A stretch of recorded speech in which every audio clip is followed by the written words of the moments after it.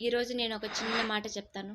పెళ్లి చేసుకోబోయే వాళ్ళకి, ఆల్రెడీ చేసుకున్న వాళ్ళకి, చేసుకునే వాళ్ళకి కూడా నేను ఒక మాట చెప్పాలనుకుంటున్నాను.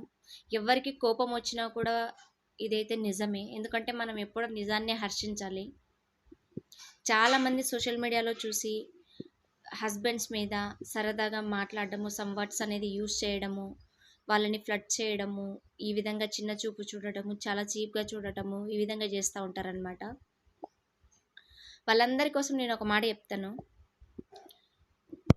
మీరు ఎంత ఫ్లర్ట్ చేసినా, ఎంత చీప్‌గా చూసినా, ఎంత మీరు కోప్పడినా, వాళ్ళని నీ అంటే చిన్న చూపు చూసినా కూడా, చులకన భావంతో చూసినా కూడా, వాళ్ళు సైలెంట్‌గా వెళ్ళిపోతున్నారు అంటే అర్థం ఏంటంటే,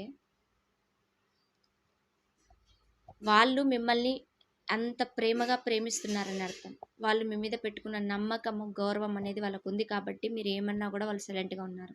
అంతే తప్ప అది చూసుకొని వాళ్ళు ఏమనరులే అనేసి సోషల్ మీడియాలో చూస్తా ఉంటారు. సోషల్ మీడియా అనేది ఆల్రెడీ పాపులర్ కాబట్టి దాన్ని ఆపలేము. అలా చూసి నేర్చుకునే వాళ్ళు కూడా ఉంటారనమాట. మంచిని మాత్రమే తీసుకోండి. చెడుని మాత్రం ఖచ్చితంగా తీసుకోవద్దండి. ఎందుకంటే అది మీకే కాదు, మీ పిల్లలకి, మీ ఫ్యామిలీకి కూడా యూజ్ అవుతుంది. వాళ్ళని చులకన భావంతో మనం ఎప్పుడైతే చూస్తామో మన బుద్ధి అనేది ఏంటో బయటపడుతుంది.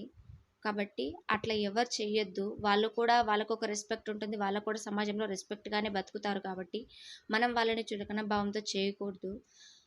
మీకు ఒకవేళ అలా అనిపిచ్చింది అనంటే ఖచ్చితంగా లోపమైతే మీలోనే ఉంది. వాళ్ళలో కాదు నాకు తెలిసి. కాబట్టి ఎవరిని చులకన భావంతో అసలు చూడకండి. మినిమమ్ రెస్పెక్ట్ మీ హస్బెండ్స్‌కి ఇవ్వండి. ఎందుకంటే వాళ్ళు ఎంత కష్టపడుతున్నారో, ఎన్ని స్ట్రగుల్స్ ఫేస్ చేస్తున్నారో బయట పబ్లిక్‌లో తిరుగుతారు గదా! వాళ్ళకి మాత్రమే అర్థమవుతుంది. ఓకేనా? సో, రెస్పెక్ట్ ఇవ్వడానికి ట్రై చేయండి.